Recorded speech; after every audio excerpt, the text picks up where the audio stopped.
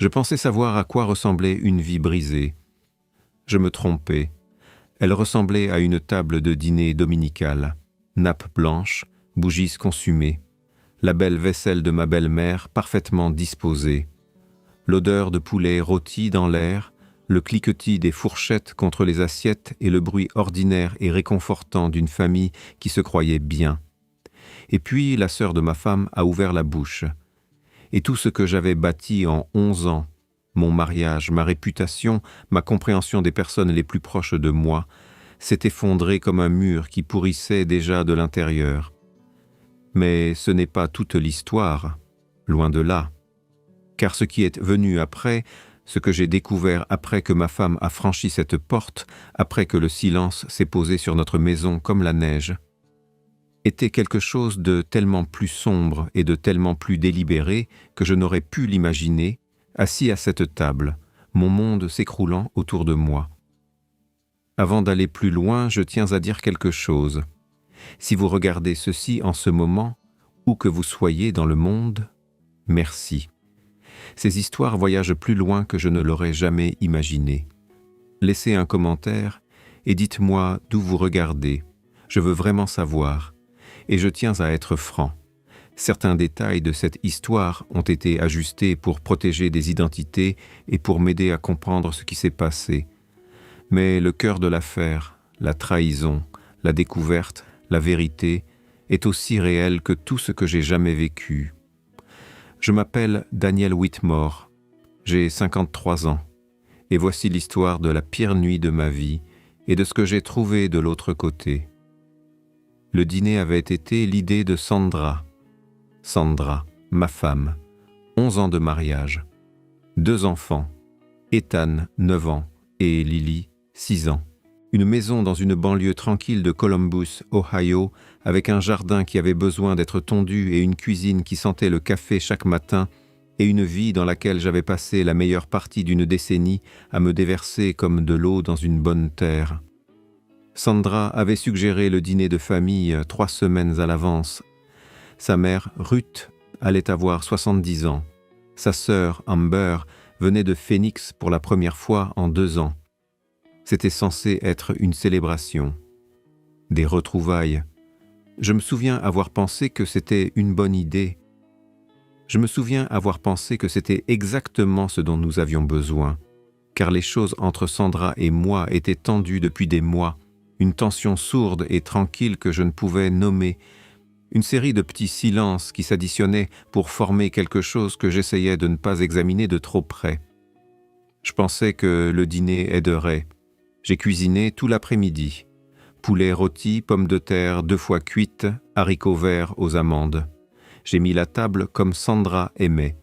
De belles serviettes en tissu, les grandes bougies dans les chandeliers en argent que sa mère nous avait offert comme cadeau de mariage. Ethan m'a aidé à plier les serviettes et m'a raconté des blagues sur les dinosaures. Lily était assise sur le comptoir de la cuisine, mangeant des tranches de pommes et demandant quand tout le monde arriverait. Ce fut un bon après-midi, je tiens à le dire clairement. Avant que tout ne se brise, ce fut un après-midi vraiment agréable. Ruth est arrivée la première, portant un gâteau au citron dans un plat de transport. Elle avait clairement conduit 45 minutes depuis sa maison de Westerville, les 2 mains sur le volant. Elle m'a serré dans ses bras à la porte et m'a tapoté la joue comme elle le faisait toujours, disant que la maison sentait merveilleusement bon. Elle a demandé des nouvelles des enfants. Elle avait l'air fatiguée, pensais-je, mais je n'y ai pas prêté beaucoup d'attention. Amber est arrivée 20 minutes plus tard. Je n'avais pas vu Amber depuis presque 2 ans. Elle avait l'air différente, plus mince. Ses cheveux étaient plus courts. Elle avait toujours été jolie d'une manière acérée et anguleuse que certaines femmes portent comme un avertissement. Maintenant, elle semblait vidée, comme si quelque chose avait été retiré derrière ses yeux. Elle a serré Sandra dans ses bras à la porte. Une longue étreinte, le genre qui signifie quelque chose. Et puis elle m'a regardé par-dessus l'épaule de Sandra et l'expression sur son visage. Je ne savais pas comment la lire à ce moment-là. Je sais maintenant. Nous nous sommes assis pour manger. Les enfants étaient à l'étage avec leurs tablettes, le compromis que Sandra et moi avions trouvé pour les dîners d'adultes. 30 minutes de temps d'écran pendant que les adultes mangeaient, puis ils descendraient pour le dessert. Ruth a parlé de son jardin. Elle avait essayé les dahlias pour la première fois et était prudemment satisfaite de leurs résultats. Sandra a parlé d'un projet au travail, une restructuration qui avait été stressante pendant des mois, se résolvant finalement d'une manière qui faisait du bien. J'ai parlé d'un chantier, de quelque chose d'amusant qu'Ethan avait dit au petit déjeuner, des gouttières que je n'arrêtais pas de promettre de réparer. Conversation de dîner normal, la machinerie fiable d'une famille qui fonctionne. Amber était silencieuse. Elle picorait sa nourriture. Elle faisait tourner son verre de vin entre ses doigts sans en boire. J'avais remarqué cela, mais je l'avais attribué à l'étrangeté de retrouver sa maison après 2 ans d'absence. Phoenix avait le don de remettre les gens à zéro, avais-je toujours pensé, sa chaleur et sa platitude créant une distance particulière avec ce qu'on avait laissé derrière soi. Amber y était allée pour un emploi et y était restée pour des raisons qu'elle n'avait jamais entièrement expliquées, et j'avais toujours senti qu'elle réglait quelque chose à une distance confortable de Columbus et de sa famille. C'était son affaire. Je n'ai pas insisté. Je l'ai interrogée sur Phoenix. Elle a dit que c'était bien. Je l'ai interrogée sur son travail. Elle a dit qu'elle l'avait quitté. Je lui ai demandé si elle allait bien. C'était la mauvaise question. Ou peut-être était-ce exactement la bonne. Amber posa sa fourchette. Le son qu'elle fit en touchant l'assiette était très faible, très précis. C'était le genre de son qui vous fait lever les yeux, non pas parce qu'il est fort, mais à cause de l'intentionnalité derrière. Elle regarda Sandra. Pas moi, Sandra, et elle dit « Je dois vous dire quelque chose. J'essaie de trouver comment depuis des mois, et je ne peux plus porter ça. » Sandra posa sa propre fourchette. Son expression changea, cette neutralité prudente et contrôlée qu'elle affichait quand elle sentait le trouble approcher. Sandra était une femme capable de gérer presque n'importe quoi tant qu'elle avait un instant pour se préparer. C'était sa façon de se préparer. Qu'est-ce que c'est ? Je remarquai alors la qualité du silence dans la pièce. Les bougies brûlaient régulièrement dans leurs chandeliers d'argent. L'odeur du poulet rôti que j'avais passé l'après-midi à préparer, maintenant en train de refroidir dans son plat. Les mains de Ruth croisées sur la table. Tout était très immobile. L'immobilité spécifique qui précède quelque chose d'irrévocable. Les yeux d'Amber se tournèrent vers moi. « Je suis enceinte », dit-elle. La table devint très silencieuse. Ruth émit un petit son, quelque chose entre la surprise et un souffle retenu. Sandra ne dit rien. Je ne dis rien. J'attendais la suite de la phrase, l'explication, le contexte qui donnerait un sens à tout cela. Une annonce de grossesse lors d'un dîner d'anniversaire. Quelqu'un qu'Amber avait rencontré, une décision qu'elle avait prise. J'étais déjà en train de préparer mon expression de félicitation. Puis Amber dit « Daniel est le père ». J'entendis les mots. Je compris les mots individuellement. Mais pendant plusieurs secondes, ils ne s'assemblèrent pas en un sens. Je restais assis là, le couteau toujours à la main, regardant la sœur de ma femme, essayant de trouver la cohérence dans ce qui venait d'être dit. Les bougies continuaient de brûler, la nourriture continuait de refroidir. Dehors, derrière la fenêtre, l'obscurité d'octobre continuait de s'épaissir, complètement indifférente. « Ce n'est pas possible, dis-je.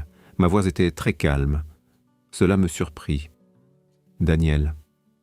Sandra prononça mon nom comme une question, comme un verdict. Sandra, je ne sais pas de quoi elle parle. Je n'ai jamais... Amber et moi n'avons jamais... Ne fais pas ça. La voix d'Amber se brisa. Elle regardait la table maintenant. Ses mains étaient serrées devant elle, les jointures blanches, les jointures d'une personne qui s'accroche à quelque chose pour garder l'équilibre. S'il te plaît, ne le nie pas. Je ne nie rien, je te dis la vérité. Il n'y a rien entre Amber et moi. Il n'y a jamais rien eu. Sandra. Amber leva les yeux. Des larmes coulaient maintenant, silencieusement. Je suis désolé, je suis tellement désolé, mais je devais te le dire. Je ne pouvais pas te laisser continuer à vivre, je ne pouvais pas te regarder.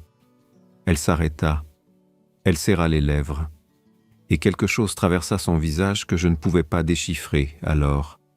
Quelque chose qui ressemblait presque à un soulagement, un fardeau transféré, une tâche accomplie. Non pas l'angoisse persistante de quelqu'un qui vient de faire exploser sa propre famille, autre chose. Quelque chose de plus petit et de plus contenu, rapidement réprimé mais présent. Je l'ai perçu, je l'ai rangé quelque part et j'ai continué. Sandra. Ma voix était aussi ferme que je pouvais la rendre. Regarde-moi. Elle me regarda, et dans ses yeux, dans la géographie spécifique de son visage que je lisais depuis 11 ans, je vis quelque chose qui me brisa le cœur plus complètement que l'accusation elle-même.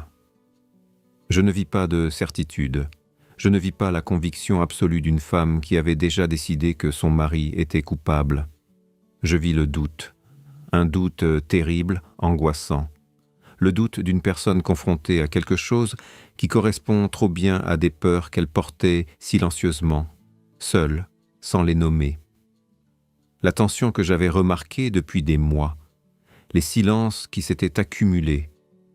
Elle avait été malheureuse et elle ne me l'avait pas dit, et maintenant voici une explication, livrée avec des larmes et une grossesse, et cela correspondait à l'espace émotionnel qu'occupait son malheur.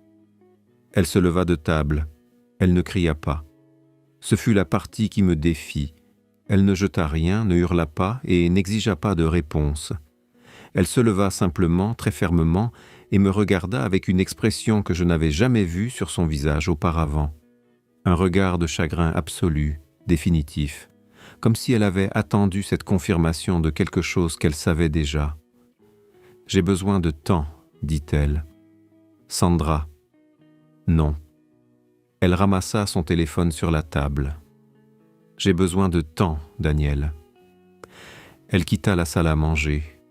J'entendis ses pas dans l'escalier. J'entendis la porte de la chambre se refermer, pas claquer, fermer. Délibérément et avec précision.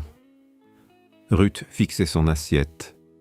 Amber pleurait doucement, ses épaules secouées de petits sanglots contenus. Dehors, derrière la fenêtre, la soirée d'octobre était devenue complètement sombre, le quartier dissimulé derrière l'obscurité. Je regardais la sœur de ma femme de l'autre côté de la table, par-delà les ruines du dîner que j'avais passé tout l'après-midi à préparer, par-delà le naufrage d'une fête d'anniversaire, d'une réunion de famille et de 11 années d'une vie que j'avais bâtie, aimée et que j'avais l'intention de conserver, et je dis très doucement « Amber, quoi que ce soit, quoi qu'il se passe réellement, tu dois me dire la vérité. » Elle ne voulut pas croiser mon regard, elle ne dit plus un mot. Sandra partit le lendemain matin. Elle fit sa valise, je l'entendis se déplacer discrètement dans la chambre à 6 heures du matin. J'entendis le glissement des tiroirs et le zip de son sac de voyage, tandis que j'étais allongé dans la chambre d'amis où j'avais passé la nuit à fixer le plafond. Elle emmena les enfants à l'école. Elle revint et termina de faire ses bagages. Puis elle frappa à la porte de la chambre d'amis. « Je vais rester chez maman quelque temps, » dit-elle quand j'ouvris. « J'ai besoin d'espace pour réfléchir. »« Sandra, s'il te plaît, laisse-moi t'expliquer. Qu'est-ce que tu vas expliquer, Daniel ?» Sa voix était ferme, mais ses yeux étaient rouges. « Elle est enceinte de 12 semaines. Elle m'a dit que toi et elle, l'année dernière, à Phoenix, quand tu es venu pour ta conférence. » Je la fixai. « J'étais à une conférence à Phoenix en octobre dernier, » dis-je lentement. « J'y suis resté 4 jours. Je n'ai pas vu Amber. Je ne savais même pas qu'elle était dans la même ville. Elle a dit que tu l'avais appelée, que vous vous étiez rencontrés pour dîner. Ce n'est pas arrivé. » Sandra me regarda longuement. « Je veux te croire, dit-elle. mais elle porte un bébé, et elle t'a nommé, et tu étais là-bas. » Elle ramassa son sac. « J'ai besoin de réfléchir. S'il te plaît, ne m'appelle pas pendant quelques jours. » La porte se referma. Je restai debout dans le couloir de ma propre maison, dans le matin gris de Columbus, et j'écoutais la voiture de ma femme reculer hors de l'allée. Le son du moteur s'estompant dans la rue fut le son le plus solitaire que j'ai jamais entendu. Non pas à cause de son volume, il était discret, ordinaire, le son exact qu'une voiture fait lorsqu'elle s'éloigne d'un trottoir un matin de semaine dans une banlieue de Columbus, Ohio. Mais à cause de ce que cela signifiait, à cause du silence particulier qu'il laissait derrière lui. Longtemps, je ne bougeais pas. Puis j'allai à la cuisine et me préparai un café. Je m'assis à la table de la cuisine, la même table où tout s'était effondré la nuit précédente, maintenant débarrassé et nettoyé comme si rien ne s'était passé, et je réfléchis à ce qu'Amber avait dit, pas à ce dont elle m'avait accusé, mais à la manière dont elle l'avait dit. Le soulagement sur son visage, la précision des détails qu'elle avait donnés à Sandra, la conférence, le moment, l'appel téléphonique. Je revenais sans cesse à ce soulagement. Je l'avais clairement perçu sur le moment, même à travers le choc et le vacarme de tout le reste qui s'effondrait. Il y avait quelque chose dans l'expression d'Amber, dans le souffle qu'elle avait exhalé après que les mots eurent été prononcés, qui ne correspondait pas au profil d'une femme faisant une confession dévastatrice. La honte, oui, la peur, certainement. Mais sous celle-ci, quelque chose qui ressemblait à un poids transféré plutôt que porté, comme une personne accomplissant une tâche assignée par quelqu'un d'autre.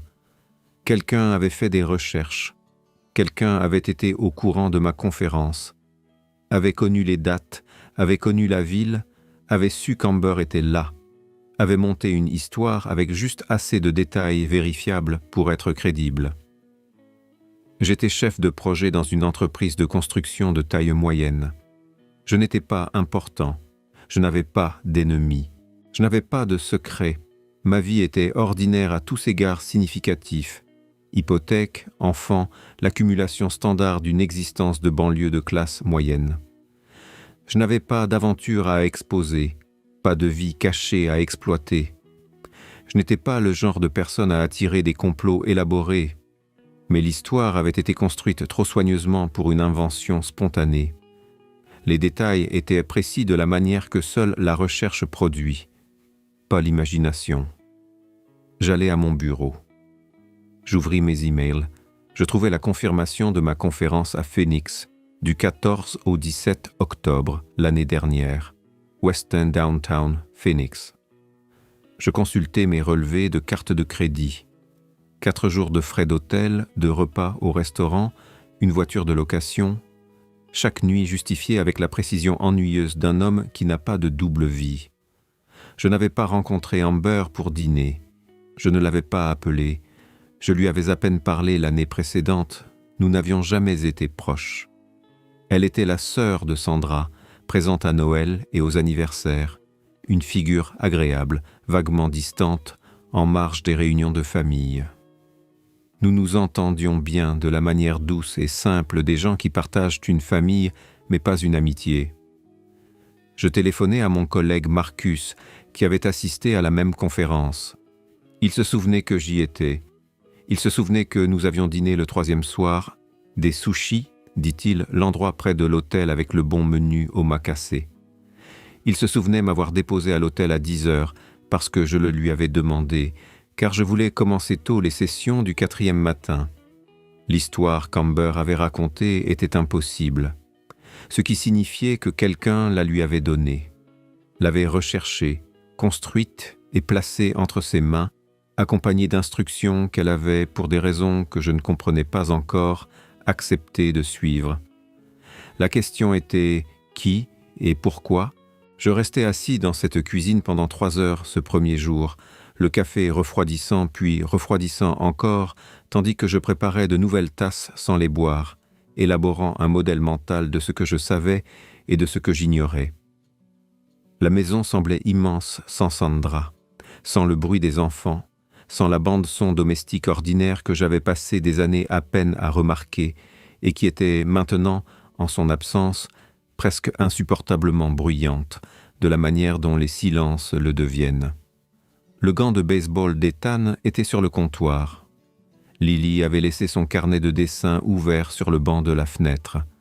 De petites preuves de vie qui continuaient malgré tout, qui avaient besoin d'être soignées, nourries et couchées, peu importe ce que leurs parents traversaient. Je téléphonai à la mère de Sandra cet après-midi-là. Ruth répondit à la 3e sonnerie et sa voix, lorsqu'elle entendit la mienne, était prudente, mesurée. La voix d'une femme essayant d'être juste dans une situation qui semblait injuste. « Ils sont tous les deux ici, dit-elle, avant que je puisse demander. Sandra et les enfants. Ils vont bien, Daniel, ils sont bien. Je sais, je n'allais pas vous demander de... Je sais que non. » Une pause. « Avez-vous besoin de quelque chose ? » Je voulais juste savoir qu'ils étaient en sécurité, dis-je. Ruth resta silencieuse un instant. « Elle vous aime, dit-elle finalement, très doucement. Quoi qu'il arrive d'autre, je veux que vous vous en souveniez. » Je m'accrochais à cette phrase pour le reste de la journée comme à une corde dans l'eau sombre.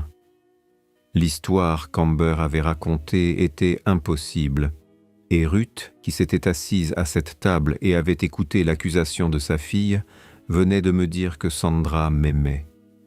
Non pas qu'elle me croyait, non pas qu'elle rentrait à la maison, mais que l'amour, un amour réel, véritable, accumulé, était toujours là, de l'autre côté de tout cela. C'était suffisant pour continuer à travailler. J'allais à mon bureau, j'ouvris mes emails, et je commençais à constituer un dossier. Le 3e jour après le départ de Sandra, mon téléphone sonna à 7 heures du matin. Un numéro inconnu, indicatif régional de Phoenix. Je faillis ne pas répondre. J'étais debout dans la cuisine, dans les mêmes vêtements que la veille, mal rasé, tenant une tasse de café froid, ressentant l'épuisement particulier d'un homme dont la vie s'effondre au ralenti. Je répondis « Est-ce Daniel Whitmore ?» Une voix de femme. Jeune, prudente. « C'est bien moi. Qui est à l'appareil ?» Une pause. « Mon nom est Tess Carver. J'étais une amie d'Amber. Nous avons travaillé ensemble à Phoenix jusqu'à ce que je retourne à Columbus il y a 6 mois. » Une autre pause, plus longue. « Monsieur Whitmore, je vous appelle parce que je pense que quelque chose ne va pas du tout et je ne sais pas qui d'autre appeler. » Je posai la tasse. « Que voulez-vous dire par « ne va pas » ? Je sais ce qu'Amber a dit au dîner. Elle m'a appelé après. Elle était bouleversée, mais pas de la manière à laquelle je m'attendais. Elle ne sonnait pas comme quelqu'un qui venait de faire quelque chose de courageux. Elle avait l'air effrayée. Tess hésita. Je connais Amber depuis 3 ans. Elle n'est pas une personne cruelle. Elle ne ferait pas ça toute seule. Toute seule ? Mon pouls s'accéléra. Que voulez-vous dire ? Je dis qu'il y a environ 4 mois, Amber a commencé à fréquenter quelqu'un. Un homme qu'elle a rencontré par l'intermédiaire d'une connaissance commune. Elle était très discrète à son sujet. Elle ne me disait pas son nom, en parlait à peine, mais je pouvais voir que c'était devenu sérieux rapidement, trop rapidement. Elle marqua une pause. Et puis elle a commencé à changer, à devenir plus silencieuse, à prendre ses distances. Je lui ai demandé si elle allait bien et elle a dit que oui, mais elle n'allait pas bien. Savez-vous qui est cet homme ? Non, elle ne m'a jamais dit son nom. Mais Monsieur Whitmore, la semaine avant qu'Amber ne s'envole pour Columbus pour votre dîner, je l'ai vu quitter un café avec un homme que je ne reconnaissais pas. Je n'y ai pas pensé à l'époque. Mais après le dîner, après qu'elle m'a appelé, j'y ai repensé.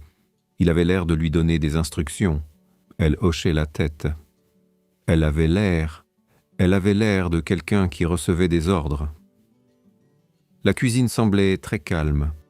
Dehors, les arbres étaient maintenant dépouillés, novembre les ayant réduits à rien. « Tess, dis-je.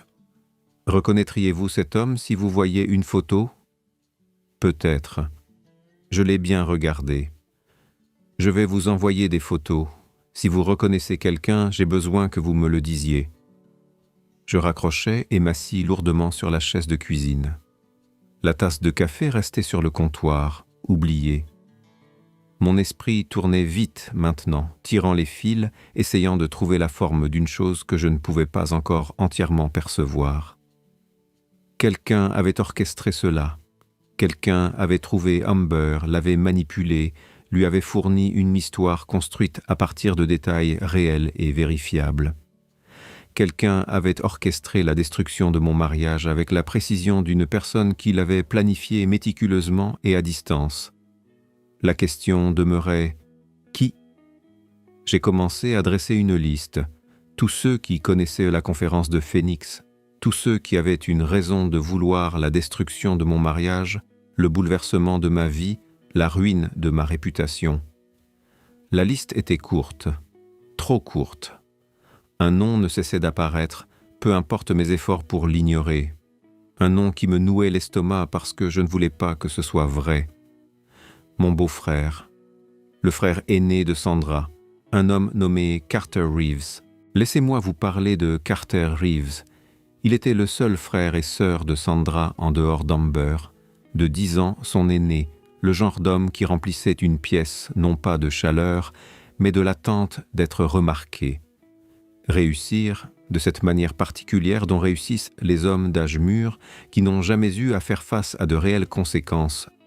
Une entreprise immobilière bâtie en partie sur l'argent de leurs parents, une grande maison à Dublin, Ohio, une facilité à paraître généreux tout en tenant des comptes méticuleux de ce qui lui était dû.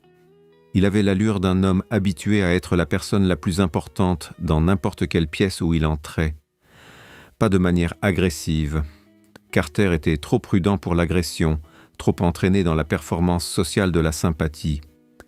Mais toujours le léger poids de sa présence, la façon dont les conversations tendaient vers lui, la manière dont il recevait les compliments et les absorbait, comme s'il s'agissait d'un tribut attendu.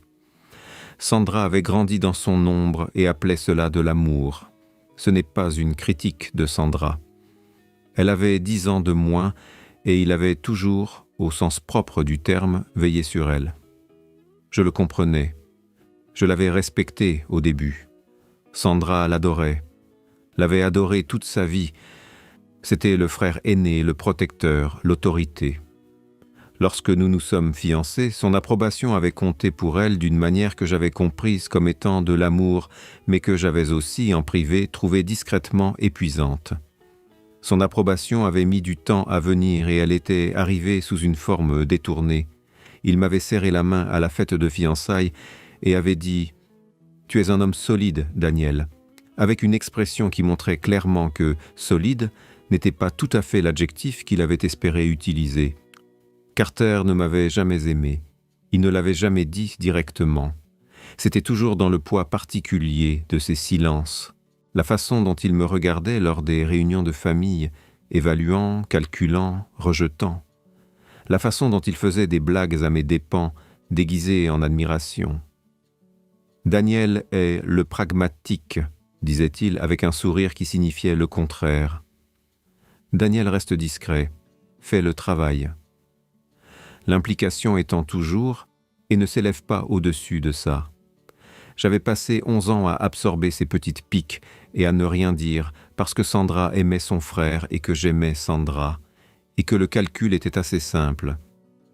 Quand Sandra et moi avions acheté notre maison il y a 11 ans, Carter avait voulu que nous utilisions une propriété qu'il possédait, une location qu'il essayait de vendre. J'avais refusé.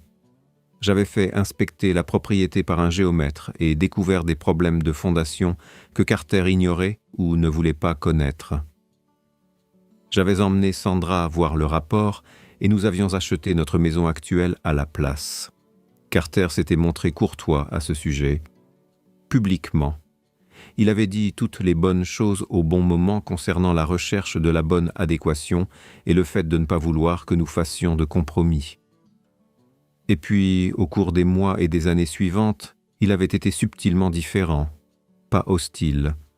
Carter était trop maître de lui pour une hostilité ouverte. Mais le regard évaluateur avait désormais une pointe d'amertume.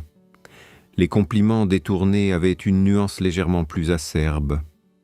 Il y a 18 mois, j'avais découvert, accidentellement par l'intermédiaire d'un contact professionnel commun, que Carter avait tenté de détourner un contrat majeur de mon entreprise vers une société dans laquelle il avait un intérêt financier. Rien d'illégal, à peine contraire à l'éthique selon les normes laxistes de son monde, mais délibéré, calculé, un petit acte de sabotage, habillé du langage des relations d'affaires et des connexions personnelles, niable et précis. Je n'en avais pas parlé à Sandra. Je ne voulais pas de la dispute. Cette dispute particulière qui m'aurait obligé à lui demander de voir son frère clairement, ce qui est l'une des choses les plus douloureuses que l'on puisse demander à quelqu'un. J'avais géré cela discrètement par mes propres contacts et j'étais passé à autre chose. Je me demandais maintenant, assis dans ma cuisine avec le dossier de preuves qui s'épaississait sur mon écran, si cela avait été une erreur, si j'avais accordé à Carter une décennie de passe-droit, de silence courtois et de ressentiment ravalé, et s'il avait interprété chacun d'eux comme la confirmation que je pouvais être géré. Qu'il n'y avait pas de conséquences. Que la distance entre ses sentiments à mon égard et ma destruction réelle n'était qu'une question de volonté. J'ai consulté les réseaux sociaux de Carter. J'ai fait défiler 6 mois de publications, rien d'utile. Il était prudent à cet égard. Le profil public de Carter ne montrait que des événements caritatifs, des conférences de l'industrie et des publications enthousiastes sur sa nièce et son neveu. L'homme d'affaires parfait de Columbus, soucieux de la communauté et orienté vers la famille. J'ai continué à chercher. Le 4e résultat était un article de l'industrie immobilière datant d'il y a 8 mois. Une conférence, un nouveau projet de développement dans la Sun Belt. Carter Reeves, promoteur immobilier de la région de Columbus, photographié lors d'un événement de réseautage à Phoenix, Arizona. Serrant la main de 2 hommes que je ne reconnaissais pas, souriant à une table de cocktail qui avait été dressée pour paraître décontractée et informelle, mais ne l'était pas. Il avait été à Phoenix il y a 8 mois, à peu près au moment où Amber avait commencé à fréquenter le mystérieux nouvel homme. Je suis resté assis, absorbé, un long moment. L'horloge de la cuisine au-dessus de la cuisinière égrenait les secondes. Dehors, l'après-midi de novembre s'estompait, le ciel de Columbus de la couleur du béton froid. Puis j'ai appelé Marcus au travail. « J'ai besoin d'un service, dis-je, et j'ai besoin que tu ne poses pas de questions pour l'instant. » Marcus me devait une fière chandelle. 3 ans plus tôt, je l'avais couvert lors d'une échéance de projet qu'il avait manqué pour des raisons personnelles qui auraient mis fin à sa carrière si elles avaient été révélées. Il n'aimait pas avoir de dettes envers les gens. Quand j'ai demandé le service, il n'a pas posé de questions. Ce dont j'avais besoin, c'était d'accéder aux registres commerciaux publics de Carter, dépôt de propriété, enregistrement de LLC, déclaration financière. Marcus avait un contact dans une société de titres qui pouvait obtenir certains de ces documents légalement et rapidement. Ce qui était revenu 3 jours plus tard était intéressant. Carter possédait 3 LLC dont j'ignorais l'existence. 2 étaient des sociétés immobilières actives. La 3e était inactive depuis des années, mais il y a 6 mois, la 3e était redevenue active, avec une nouvelle adresse d'agent enregistré, à Phoenix, Arizona. Cela pouvait être une coïncidence. Je ne croyais plus aux coïncidences. Je me suis rendu chez ma belle-mère un mardi matin, sans prévenir. J'ai frappé à la porte de Ruth et elle a ouvert en robe de chambre, me regardant avec ce qui aurait pu être de la sympathie ou de l'embarras. Je ne pouvais pas dire. « Sandra est-elle là ?» demandai-je. « Elle est au travail. » Ruth m'a étudié. « Daniel, entrez. » Elle a préparé du thé qu'elle savait que je ne boirais pas et nous nous sommes assis à sa table de cuisine. Et je lui ai demandé aussi doucement et directement que possible si elle savait qu'Amber fréquentait quelqu'un de nouveau à Phoenix. Ruth est restée silencieuse un instant, le genre de silence qui signifiait qu'elle décidait de ce qu'elle allait dire. Elle a mentionné quelqu'un, dit enfin Ruth. Plus tôt cette année, elle a dit qu'il était plus âgé. Elle semblait, je ne sais pas elle-même. Je lui ai demandé si elle était heureuse et elle a dit que oui, mais... Ruth a enveloppé sa tasse de thé de ses deux mains. Une mère sait. T'a-t-elle donné un nom ? Ruth a secoué la tête. Elle était très discrète à ce sujet. L'as-tu déjà rencontrée ? Ruth a hésité, très légèrement. Mais je l'ai remarqué. Tu l'as rencontrée ? dis-je. Ruth a baissé les yeux vers son thé. Carter l'a amenée à mon dîner d'anniversaire, en juin. Il l'a présentée comme un associé d'affaires. Je n'ai pas fait le lien avec l'homme d'Amber avant maintenant. Elle a levé les yeux. Ses yeux s'étaient incertains, troublés. Son nom était Gregory. Son nom de famille ? Je ne sais pas, Carter n'a pas dit. Elle a marqué une pause. Mais il était très attentif, très charmant. Il a accordé beaucoup d'attention à Amber. Je suis rentré chez moi, les mains serrées sur le volant et l'esprit en pleine effervescence. Carter avait présenté l'homme à Amber. Carter avait une connexion d'affaires à Phoenix. Carter avait des raisons, peut-être pas rationnelles, peut-être pas proportionnées, mais réelles, de vouloir la destruction de mon mariage. Amber n'était pas une méchante dans cette histoire. Elle était une pièce que quelqu'un d'autre avait déplacée. La question à laquelle je ne pouvais pas encore répondre était « Pourquoi maintenant ? Pourquoi avec une telle précision ? Pourquoi cette méthode particulière ?» La réponse se trouvait dans quelque chose que je n'avais pas encore découvert.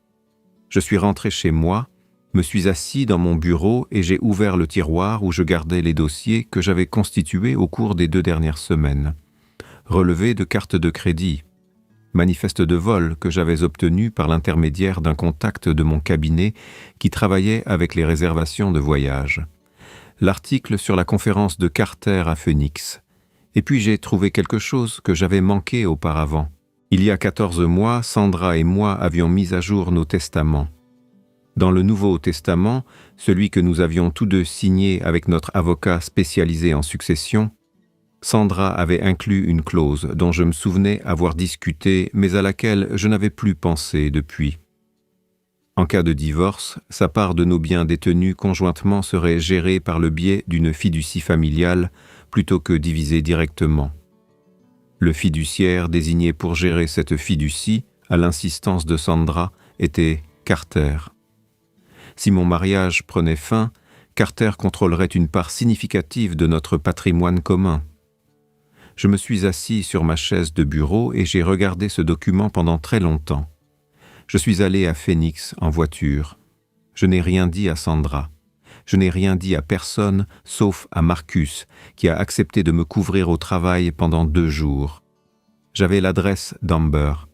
Sandra me l'avait donnée des années auparavant en cas d'urgence et je l'avais gardée dans mes contacts sans y penser. Je me tenais devant son immeuble, un jeudi gris en Arizona. J'ai sonné à son appartement et j'ai attendu. La porte de l'immeuble s'est ouverte. Amber est apparue. Elle avait l'air pire qu'au dîner. Le vide que j'avais remarqué s'était accentué. Elle était plus mince. Ses yeux étaient rouges, soit récemment, soit de manière chronique. Je ne pouvais pas dire. Elle m'a vu et s'est immobilisée. « Je ne suis pas ici pour être en colère », ai-je dit. « Je ne suis pas ici pour te menacer. J'ai juste besoin que tu me parles. » Amber m'a fixé du regard pendant un long moment. Puis, presque imperceptiblement, quelque chose dans ses épaules s'est relâché. « Monte », a-t-elle dit. Son appartement était propre mais dépouillé. Le genre de dépouillement qui ne vient pas du minimalisme mais de l'absence, comme si des choses avaient été retirées. Un canapé, une table, une estampe au mur, une cafetière. C'était presque tout. Elle a préparé du café sans me demander si j'en voulais, l'a posé devant moi, s'est assise en face de la table et a regardé sa propre tasse. « Je suis tellement désolée », a-elle dit.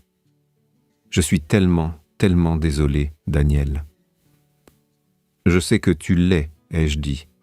Dis-moi qui t'a dit de faire ça. Elle a levé les yeux vers moi. Comment as-tu su? Parce que l'histoire était trop précise, trop construite, tu n'aurais pas pu inventer les détails de ma conférence toute seule. Quelqu'un qui a fait des recherches sur moi te les a donnés. Amber est restée silencieuse pendant un long moment. Elle a enveloppé sa tasse de ses 2 mains de la même manière que sa mère, et j'ai pensé, même maintenant, même dans cette situation, à quel point elle était clairement la fille de Ruth. Son nom est Gregory Mast, a-t-elle dit finalement. Je l'ai rencontré par l'intermédiaire de Carter. Je sais. Elle a secoué la tête. Je sais comment ça sonne. Mais il était gentil au début. Il était attentif et prévenant, et il m'écoutait d'une manière qui semblait réelle. Elle a fermé les yeux. J'étais seul. J'étais ici depuis 2 ans et j'étais seul, et il semblait sincèrement se soucier de moi. Quand est-ce que ça a changé? Au bout de 3 mois, il a commencé à suggérer des choses, de petites choses au début. Il a dit que Carter s'inquiétait du mariage de Sandra, que tu n'étais pas bon pour elle, que Carter avait des informations sur toi qui dévasteraient la famille si elles étaient révélées. Elle a ouvert les yeux. Il a dit qu'il avait besoin de mon aide pour protéger Sandra, que je pouvais soit l'aider, soit il révélerait quelque chose sur moi, d'avant, quelque chose dont je ne suis pas fier. Sa voix est devenue très basse. Il avait des photos d'il y a des années. Rien de criminel, mais elles m'auraient détruite professionnellement. Il les avait rassemblées depuis que nous nous étions rencontrés. Il avait construit un moyen de pression depuis le début. J'étais très silencieux. L'appartement bourdonnait faiblement du son de la ventilation de l'immeuble. Il m'a dit quoi dire, a poursuivi Amber. Il connaissait ta conférence. Il connaissait les dates, l'hôtel. Il m'a dit de dire à Sandra que nous nous étions rencontrés pour dîner et que tu m'avais appelé, que le bébé était le tien. Elle a serré les lèvres. Je suis enceinte. Cette partie est vraie. Mais le père est Grégory. Pas toi. Il m'a fait accepter de te nommer. Il a dit que si je ne le faisais pas, il publierait les photos et aussi, il ferait du mal à Carter. Il a menacé Carter. Il a dit que Carter lui devait une dette, que si je coopérais, la dette serait annulée et Carter serait en sécurité. Elle m'a regardé avec une expression étrange, pas tout à fait de la culpabilité, pas tout à fait de la peur. Je pense que Carter ne sait pas exactement ce que Grégory a fait. Je pense que Carter pensait qu'il allait juste exposer quelque chose, une vraie infidélité. Je ne pense pas que Carter savait que Grégory allait tout fabriquer. Je me suis penché en avant. Amber, es-tu sûre que Carter ne savait pas que l'accusation était fausse? Elle a hésité, assez longtemps pour que j'aie ma réponse avant qu'elle ne parle. Je ne suis plus sûre de rien, a-t-elle murmuré. Je suis rentré chez moi en avion avec une vision plus claire et le cœur plus lourd. Laissez-moi vous dire ce que j'avais compris à ce moment-là.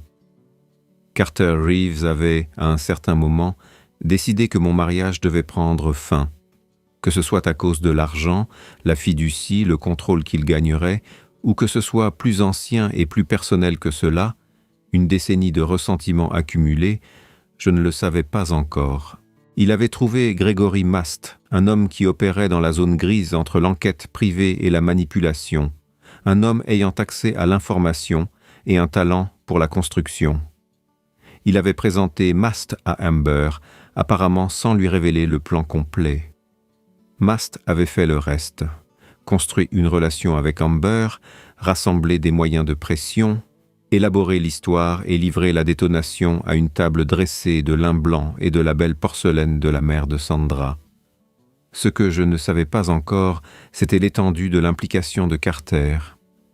S'il avait entièrement conçu le plan ou si Mast avait improvisé au-delà de ce que Carter avait autorisé. Si Carter était un intrigant calculateur ou un homme qui avait mis quelque chose en marche sans comprendre pleinement ce qu'il déchaînait. J'avais besoin de preuves, pas des suppositions, pas des déductions, pas une histoire qui avait du sens pour moi. Quelque chose qui pourrait résister à l'examen de Sandra surtout, car Sandra aimait son frère et elle ne croirait pas cela sans des preuves qu'elle ne pourrait pas rejeter.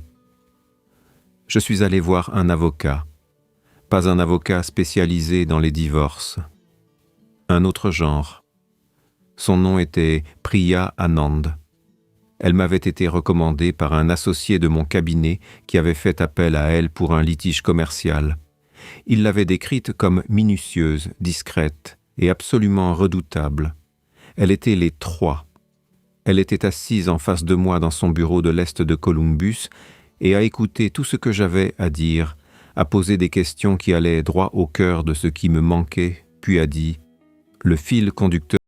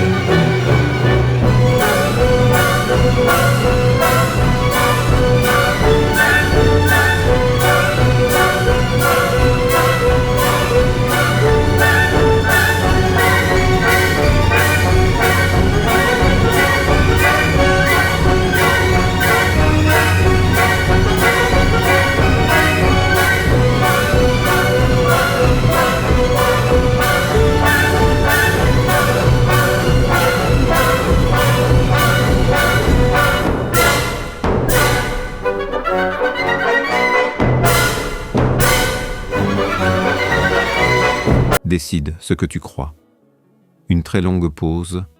Pourquoi Carter ferait-il cela? Sa voix, pour la première fois, n'était pas contrôlée. Quelque chose s'y était brisé. Je crois que je sais, mais je veux que tu entendes tout avant que je te dise ce que je pense. Une autre pause. Amber va bien? A demandé Sandra, et dans cette question, ce pivot instinctif vers le bien-être de sa sœur, même au milieu de sa propre dévastation, je me suis souvenu exactement pourquoi j'étais tombé amoureux de cette femme il y a 11 ans. Elle a peur, ai-je dit, mais elle va bien, elle veut te parler. Sandra est restée silencieuse si longtemps que j'ai cru qu'elle avait raccroché. « Envoie-moi les coordonnées de l'avocat », a-t-elle dit finalement. Pendant que Priya travaillait, je travaillais. Ce dont j'avais besoin, c'était du lien financier. La preuve que Carter avait payé Mast, l'avait mandaté ou avait, de toute manière vérifiable, dirigé ce que Mast avait fait à Amber et à mon mariage. Tess Carver, l'ancienne collègue d'Amber, avait vu Mast avec Amber avant le dîner. Elle était prête à faire une déclaration formelle à Priya. Mais une déclaration identifiant un homme dans un café n'était pas suffisante. Je suis retourné au registre des LLC. La société dormante de Carter, celle qui avait été réactivée 6 mois auparavant avec l'adresse de Phoenix. J'ai engagé une société de recherche, une société légitime, du genre que les avocats d'affaires utilisent, pour retrouver l'agent enregistré à Phoenix. L'agent enregistré s'est avéré être une petite entreprise de service aux entreprises qui gérait des dizaines de LLC. Rien de suspect là-dedans. Mais l'adresse physique associée à la LLC réactivée, une suite dans un immeuble de bureau de Phoenix, était enregistrée auprès d'un espace de travail partagé. Et la liste des locataires de cet espace de travail, disponible publiquement via un annuaire professionnel, incluait un certain Gregory M. Mast, Consulting. La LLC réactivée de Carter et l'entreprise de conseil de Gregory Mast étaient enregistrées à la même adresse à Phoenix. J'ai donné cela à Priya. Elle est devenue très silencieuse en le voyant. « C'est bon, a-t-elle dit. C'est très bon, mais nous avons besoin des paiements. Comment les obtenir ? Nous ne les obtenons pas, a-elle dit. Pas directement. Mais si Carter a payé Mast par l'intermédiaire de cette LLC, il y aura des déclarations d'entreprise, des dossiers fiscaux, des transactions enregistrées. Si nous pouvons démontrer un lien suffisant pour déposer une plainte auprès des autorités compétentes, elles pourront exiger la production des dossiers. Elle m'a regardé. Monsieur Whitmore, ce que nous construisons ici est un dossier pour ingérence délibérée dans un mariage. Potentiellement du harcèlement, potentiellement du contrôle coercitif, selon ce qu'Amber pourra démontrer concernant les menaces de Mast. Ce n'est plus un litige civil. Vous dites que c'est criminel ? Je dis que ça pourrait l'être, et je dis que si vous voulez récupérer votre mariage, si vous voulez que votre femme comprenne ce qui s'est passé, cela doit passer par les voies officielles, ce qui signifie que Sandra doit être entièrement de la partie. Je suis rentré chez moi, me suis assis dans la cuisine et j'ai repensé au visage de Sandra à table, à ce regard de chagrin définitif. Et je me suis demandé si une quelconque preuve suffirait à défaire ce qui nous avait été fait. Puis j'ai repensé à la voix d'Amber quand elle avait dit « Je suis tellement désolé ». Et j'ai pensé aux photos que Mast avait utilisées pour la contraindre. Et j'ai senti quelque chose s'aiguiser en moi qui n'était pas tout à fait de la colère, ni tout à fait de la détermination, mais une combinaison des deux que je n'avais jamais ressentie auparavant. J'ai appelé Sandra. « Nous devons nous rencontrer, » ai-je dit. « Nous tous, toi, moi et Amber, au bureau de Priya. » Un silence. « Quand ?» a demandé Sandra. « Samedi. » Je suis arrivé le premier au bureau de Priya et me suis assis dans la salle d'attente, les mains sur les genoux et l'esprit soigneusement immobile. J'avais fait ce que je pouvais faire. Le reste n'était plus entre mes mains. Sandra est arrivée 10 minutes plus tard. Elle avait l'air différente, plus mince comme Amber. La tension des 3 dernières semaines était visible dans la crispation de sa mâchoire et les légères ombres sous ses yeux. Elle s'est assise en face de moi dans la salle d'attente et m'a regardé un instant avant de détourner le regard. « Comment vont les enfants ?» ai-je demandé. « Ils demandent après toi », a-t-elle dit. « Je leur ai dit que tu travaillais tard. » Nous n'avons rien dit d'autre. Amber est arrivée avec Tess. Amber avait l'air petite et effrayée et, en voyant Sandra, son visage s'est froissé d'une manière qui semblait entièrement hors de son contrôle. Sandra s'est levée, a marché vers sa sœur et l'a serrée dans ses bras sans un mot. Elles sont restées ainsi pendant près d'1 minute. J'ai regardé le mur et les ai laissées faire. Priya a mené la réunion avec l'efficacité précise sur laquelle j'en étais venu à compter. Elle a présenté les preuves à Sandra, le lien avec la LLC, l'adresse enregistrée, le récit de Tess sur la rencontre au café, la chronologie documentée de la relation de Mast avec Amber qui avait commencé 8 mois auparavant, peu après la conférence de Carter à Phoenix. Amber a tout raconté à Sandra, absolument tout. le levier que Mast avait accumulé, les photographies, la menace, les instructions qu'elle avait reçues sur ce qu'il fallait dire et comment le dire. Sandra a écouté sans parler pendant près de 40 minutes. Elle était assise très droite sur la chaise en face du bureau de Priya et son expression ne changeait pas. Et j'étais marié à elle depuis assez longtemps pour savoir que cette immobilité était le signe de sa plus grande peur. Quand Amber a eu fini, Sandra s'est tournée vers moi. « Savais-tu tout cela avant d'aller à Phoenix ?» a-elle demandé. Je me doutais qu'Amber avait été contrainte, ai-je dit. Je ne connaissais ni les détails, ni qui était derrière tout ça. Pourquoi t'en doutais-tu ?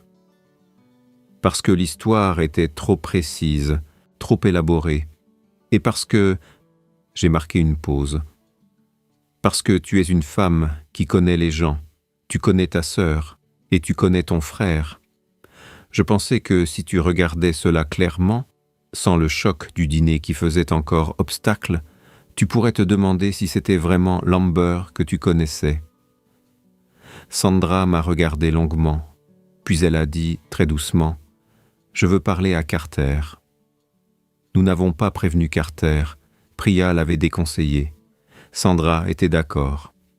Au lieu de cela, nous nous sommes rendus chez Carter un dimanche matin, Sandra, Amber, Priya et moi-même, et avons frappé à sa porte.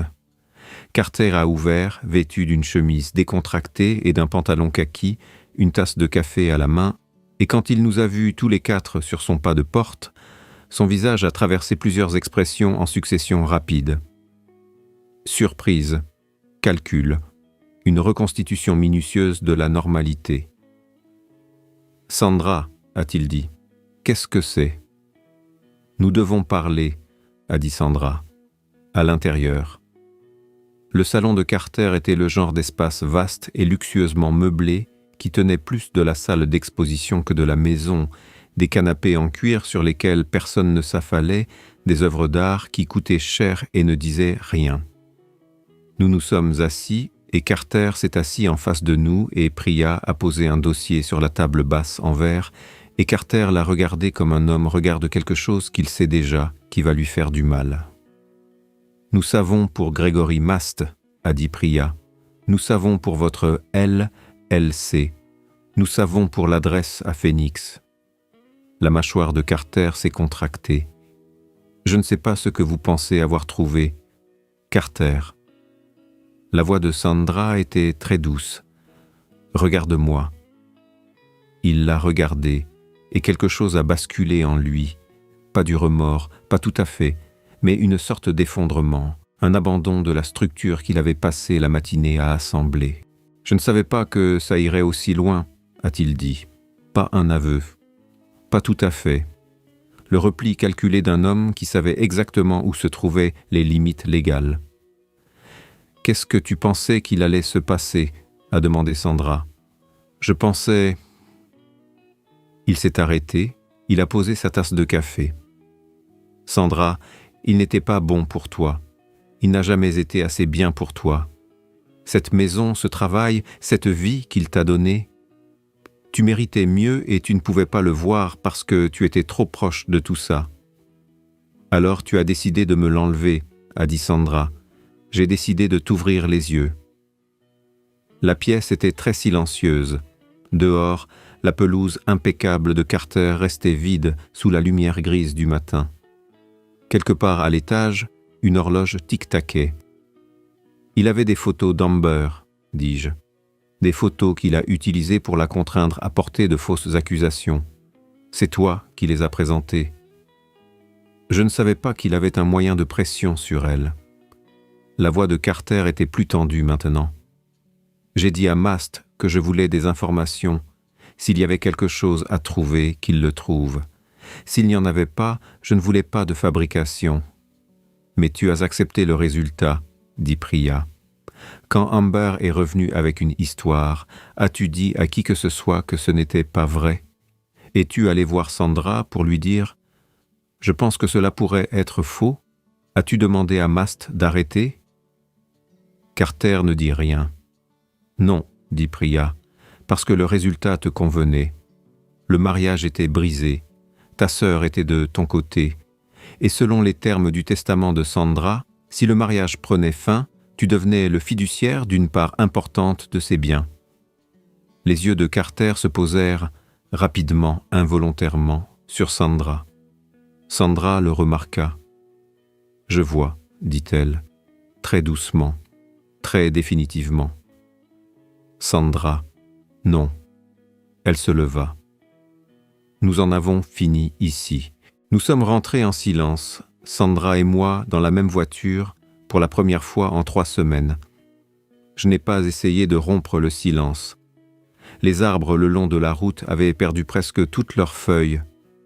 Novembre avait fait son œuvre de dépouillement, ne laissant que les lignes nettes et nues des branches se dessiner sur le ciel blanc. Nous sommes arrivés dans l'allée et Sandra est restée assise, les mains sur les genoux, un instant avant de sortir. J'ai attendu. « Je te dois des excuses, » dit-elle, sans me regarder, les yeux fixés sur la maison. « Tu as cru ta sœur, » dis-je. Elle pleurait.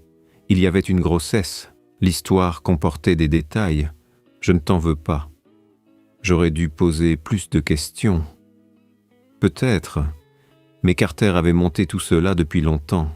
Il l'avait construit pour qu'on le croie. Sandra se tourna vers moi. Ses yeux étaient épuisés. Depuis combien de temps savais-tu qu'il ne t'aimait pas ?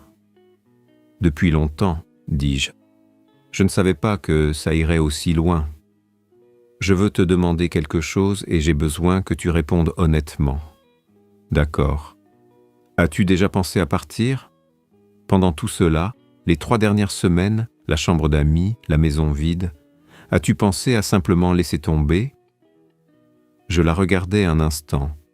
Son visage, le visage que j'avais regardé pendant 11 ans, à travers les tables de dîner et dans les chambres d'hôpital et le matin où nos enfants sont nés et dans la géographie quotidienne ordinaire d'une vie partagée.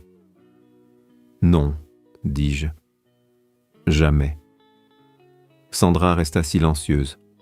Puis elle ouvrit la portière de la voiture. Nous avons beaucoup de choses à nous dire, beaucoup de choses à régler. Elle marqua une pause. Mais j'aimerais dormir dans notre lit ce soir, si ça te va. Ça me va, dis-je. Et pour la première fois en 3 semaines, j'ai expiré complètement. Sandra appela Amber ce soir-là. Je n'ai pas entendu toute la conversation. Sandra l'a prise dans notre chambre pendant que je préparais le dîner.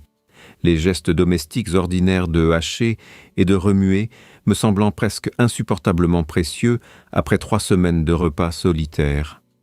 Mais j'ai entendu le ton de la conversation à travers la porte, bas, puis animé, puis de nouveau calme. La forme acoustique particulière de sœur qui s'efforce de réparer quelque chose qui s'est brisé et doit être reconstruit avec soin. Quand Sandra est sortie, ses yeux étaient rouges, mais son visage était serein. « Elle veut élever le bébé, » dit Sandra. « Elle ne veut plus rien avoir à faire avec Grégory Mast. » Qu'allons-nous faire concernant Mast ? Priya va déposer une plainte officielle. Elle dit que la coercition, les photographies, la manipulation, il y a matière à procès. Ce ne sera pas rapide. Sandra s'assit à la table de la cuisine. Et Carter ? Que veux-tu faire ? Sandra regarda ses mains. J'y ai pensé depuis que nous avons quitté sa maison. J'ai essayé de comprendre comment séparer le frère que j'ai connu toute ma vie de l'homme qui a fait cela, et je n'y arrive pas. Elle leva les yeux. Ce sont la même personne. Je ne le savais juste pas. Je suis désolé, dis-je. Ne le sois pas. Elle secoua la tête. Ce n'est pas toi qui as fait ça, c'est lui. Les enfants sont rentrés de chez Ruth à 7 heures. Ethan a fait irruption par la porte, a laissé tomber son sac à dos dans le couloir et s'est jeté sur moi avec toute la force d'un enfant de 9 ans qui ne connaît pas encore la retenue ou la subtilité, juste la pure impulsion et l'amour. Lily a grimpé sur les genoux de Sandra à la table de la cuisine et a niché sa tête sous son menton, et Sandra l'a serrée dans ses bras et a fermé les yeux. Ruth observait depuis l'embrasure de la porte. Elle avait conduit les enfants elle-même. Elle croisa mon regard à travers la cuisine et hocha la tête une fois, très légèrement.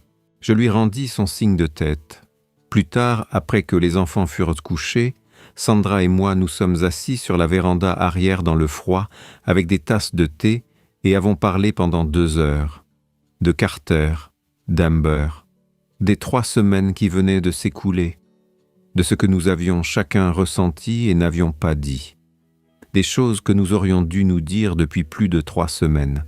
La tension silencieuse que j'avais remarquée avant le dîner. Les silences qui s'étaient accumulés entre nous avant que tout cela n'arrive. « J'ai été malheureuse, » dit Sandra. « Pas avec toi, mais je crois que j'ai lutté et que je ne te l'ai pas dit. Et je crois que Carter le savait. Je pense qu'il le voyait et qu'il s'en est servi. Depuis combien de temps? 1 an, peut-être plus. » Elle a serré sa tasse à 2 mains. Je ne crois pas avoir su comment le dire. Je n'arrêtais pas de penser que c'était juste le stress du travail ou les enfants ou l'âge de la maison ou quelque chose qui passerait. Mais ce n'est pas passé. Elle a marqué une pause. Et puis Amber a dit ce qu'elle a dit et je crois que j'ai voulu y croire, Daniel. Non pas parce que je voulais te perdre, mais parce que cela donnait une explication à ce malheur, une raison. J'ai laissé cela planer. « Veux-tu qu'on y travaille ?» demandai-je finalement. « Oui, » dit Sandra. « Je le veux, mais je veux le faire honnêtement. Pas parce que quelque chose de terrible nous y a forcés. »« D'accord, » dis-je. « D'accord, faisons-le honnêtement. » Au-dessus de nous, le ciel de l'Ohio était constellé d'étoiles, froid, clair et très lointain. 3 semaines après la confrontation chez Carter, Priya m'a appelé pour me donner des nouvelles. « Mast a été localisé, » dit-elle. « Il est toujours à Phoenix. La plainte a été officialisée et j'ai été en contact avec un détective du bureau du shérif du comté de Maricopa. Ils prennent l'accusation de coercition au sérieux. » Elle a marqué une pause.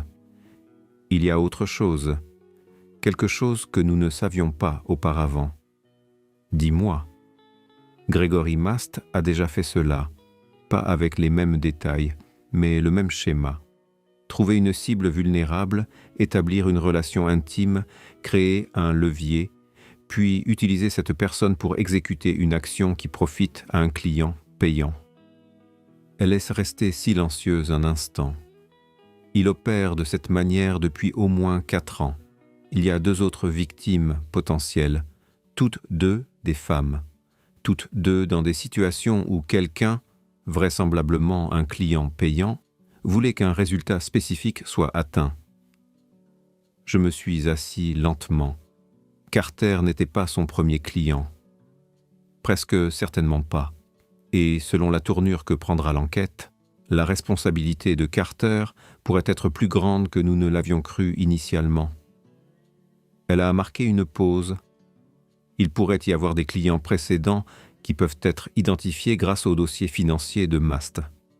Si ces clients sont retrouvés et coopèrent, l'implication de Carter elle-même devient plus facile à poursuivre. Qu'est-ce que cela signifie en termes de calendrier? Des mois, peut-être plus longtemps, ces choses avancent lentement. Sa voix s'adoucit légèrement, autant que la voix de Priya pouvait s'adoucir. Mais je veux que vous compreniez quelque chose, Monsieur Whitmore. Ce que vous avez découvert, en allant à Phoenix et en parlant à Amber, a peut-être brisé un schéma qui nuisait à des gens depuis des années. Cela compte au-delà de votre propre situation. J'ai tenu le téléphone un instant après qu'elle ait raccroché. Devant la fenêtre de mon bureau, l'hiver de Columbus s'était installé. Ciel gris, arbres dénudés, le vide pur qui vient après que tout a été dépouillé et avant que quelque chose de nouveau n'ait poussé. J'en étais venu à comprendre ce vide différemment d'avant. Non pas comme une perte, comme un espace, comme le silence spécifique qui doit exister avant que quelque chose ne puisse être reconstruit. Carter a appelé Sandra en décembre.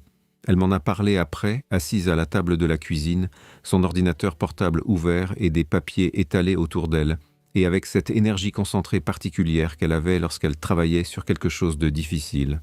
« Il a appelé pour s'excuser, dit-elle. Sa voix était neutre, pas de colère, neutre de la manière qui signifie que quelque chose a été décidé et qu'aucune chaleur supplémentaire n'est nécessaire. Vraiment ? Il a dit qu'il pensait m'aider. Il a dit qu'il avait fait des erreurs et que Mast était allé plus loin qu'il ne l'avait voulu. Elle a marqué une pause.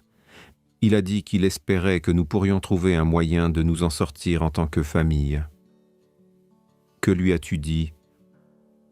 Je lui ai dit que j'avais besoin de plus que sa parole.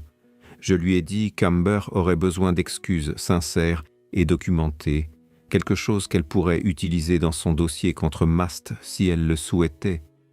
Je lui ai dit que tant qu'il ne serait pas disposé à faire une déclaration formelle reconnaissant son implication, je n'avais plus rien à lui dire. Je l'ai regardé. Comment l'a-t-il pris ? Il était resté silencieux longtemps, puis il a dit qu'il y réfléchirait. Sandra a fermé son ordinateur portable. Il pourrait le faire. Carter a toujours été un homme qui calcule les coûts et les bénéfices. Si le coût de son silence devient plus élevé que le coût d'admettre ce qu'il a fait, il l'admettra. Penses-tu qu'il le fera ? Sandra a réfléchi. Je ne sais pas. Avant, je pensais connaître Carter entièrement. Maintenant, je ne suis pas sûr de l'avoir connu du tout. Elle a regardé par la fenêtre. C'est étrange de ressentir cela pour quelqu'un que tu as connu toute ta vie.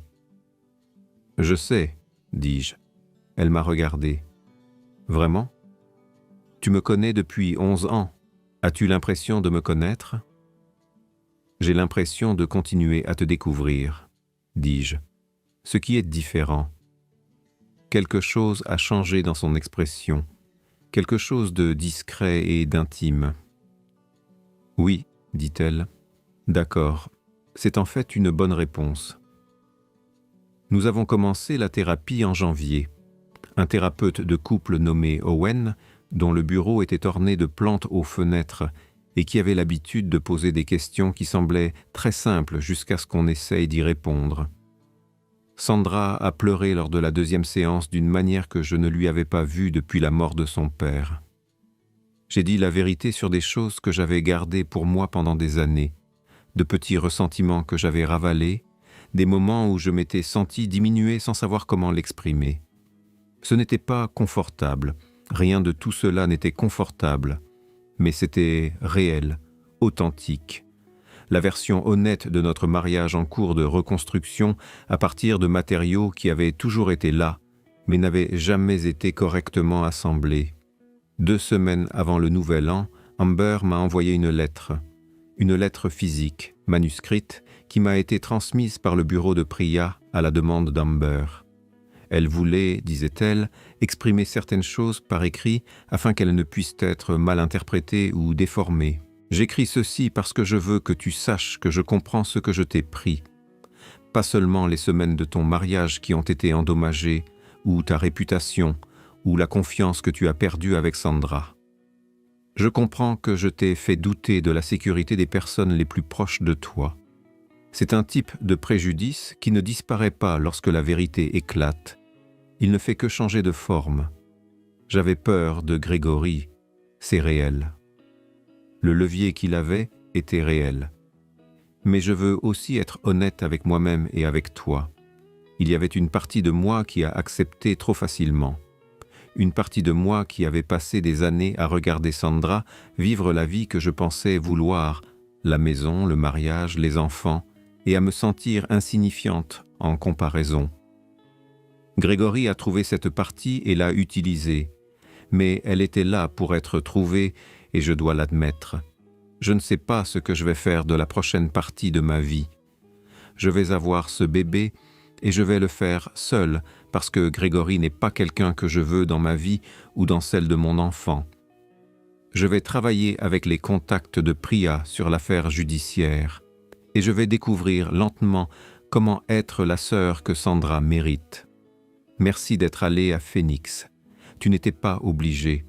Tu aurais pu te battre à distance par l'intermédiaire d'avocats et d'accusations sans jamais t'asseoir en face de moi.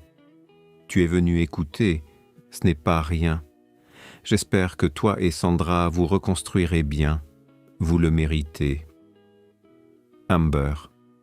J'ai lu la lettre 2 fois, puis je l'ai pliée et rangée dans le tiroir avec les autres documents de cette période, les registres de la LLC, les manifestes de vol, la liste que j'avais faite dans ma cuisine à 6 heures du matin alors que mon monde s'écroulait.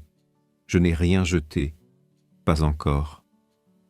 Certaines choses doivent être gardées un peu plus longtemps avant de pouvoir être lâchées. En février, Priya a rappelé avec une nouvelle qui a changé l'ampleur de ce à quoi nous étions confrontés. L'une des autres femmes que Mast avait ciblées avait accepté de coopérer avec les enquêteurs. Son nom n'a pas été rendu public, mais par les canaux de Priya, j'en ai appris suffisamment. Elle avait été dans une situation similaire à celle d'Amber. Une femme que Mast avait cultivée pendant des mois, sur laquelle il avait accumulé des leviers, qu'il avait ensuite utilisés pour fournir un faux témoignage dans une affaire civile qui avait bénéficié à un client payant. Ce client n'était pas Carter, ce qui signifiait que Mast avait au moins 2 clients, 2 relations payantes distinctes, 2 destructions orchestrées de vie d'autres personnes opérées par le même mécanisme d'intimité et de coercition. L'ampleur de la chose était énorme. Non pas à la manière de conspiration à portée mondiale, mais de la manière intime, spécifique, soigneusement calibrée des dommages réels infligés à de vraies personnes une vie à la fois. Le détective chargé de l'affaire a décrit Mast à Priya comme méthodique, patient, un homme qui prenait des mois ou des années pour monter chaque opération, qui choisissait ses cibles avec soin et exerçait son levier avec précision. Le rôle de Carter dans ce tableau est devenu à la fois plus important et plus ambigu. Il avait engagé un professionnel, un homme qui faisait cela pour vivre. Ce n'était pas une erreur ou une erreur de calcul. C'était un choix fait en pleine conscience que le mécanisme qu'il déployait avait déjà été utilisé. Lorsque Priya a transmis cela à Sandra, Sandra a longuement réfléchi. Il savait ce qu'était Mast, dit-elle finalement. Il savait ce qu'il achetait, dit Priya. Savait-il tous les détails opérationnels? C'est une autre question. Mais il a engagé un homme qui fait cela professionnellement. Ce n'est pas quelqu'un qui est allé trop loin par accident. Sandra hocha la tête, lentement, le genre de hochement qui reconnaît quelque chose de définitif. Elle a appelé Carter le lendemain et lui a dit qu'elle ne témoignerait pas en sa faveur si l'affaire allait en procès et qu'elle consultait un avocat concernant la clause de fiducie dans son testament. Carter a essayé de discuter. Sandra a écouté, a dit très peu de choses et a raccroché. Cette nuit-là, elle m'a dit qu'elle avait l'impression de faire son deuil une seconde fois. Pas le deuil aigu du dîner, celui d'avoir découvert d'un coup ce qu'elle avait cru de son frère, de son mariage et de sa sœur. Un deuil différent, plus lent, plus complet. Le deuil de remplacer une version de quelqu'un qu'on aimait par la réalité diminuée, qui avait toujours été sous-jacente. « Comment traverse-t-on cela ?» me demanda-t-elle. « De la même manière que l'on traverse n'importe quoi, dis-je. On ne le précipite pas, on le laisse prendre le temps qu'il faut. » Elle s'appuya contre moi sur le canapé et nous restâmes assis dans le calme d'un mardi soir de février, les enfants endormis à l'étage et la maison autour de nous produisant ces bruits familiers. Ce n'était pas parfait exactement, mais c'était réel. Et le réel, j'en étais venu à le comprendre, était plus que suffisant pour bâtir. 18e partie. Le printemps. En mars, l'affaire était entrée dans une phase d'enquête officielle. Mast avait retenu les services d'un avocat. Carter, confronté à d'éventuelles assignations et à la perspective que les dossiers financiers de Mast soient ouverts par les enquêteurs, avait finalement fait une déclaration officielle à Priya, non pas un aveu d'intention criminelle, mais une reconnaissance de son rôle dans la présentation de Mast à Amber et d'avoir autorisé Mast à mener des activités d'enquête liées à mes antécédents. Ce n'était pas une pleine reddition de comptes, ce n'était pas ce qu'Amber méritait, mais c'était utilisable, et Priya avait indiqué que cela aurait de l'importance. Amber était retournée vivre à Columbus. Elle vivait temporairement chez Ruth le temps de trouver un nouvel appartement. Le bébé était attendu en juin. Sandra se rendait chez Ruth tous les week-ends et parfois en semaine. Elle se reconstruisait aussi plus prudemment, plus honnêtement, avec de meilleurs matériaux que ceux qu'elles avaient eus avant l'effondrement. J'ai rencontré Amber pour prendre un café en mars, juste nous deux.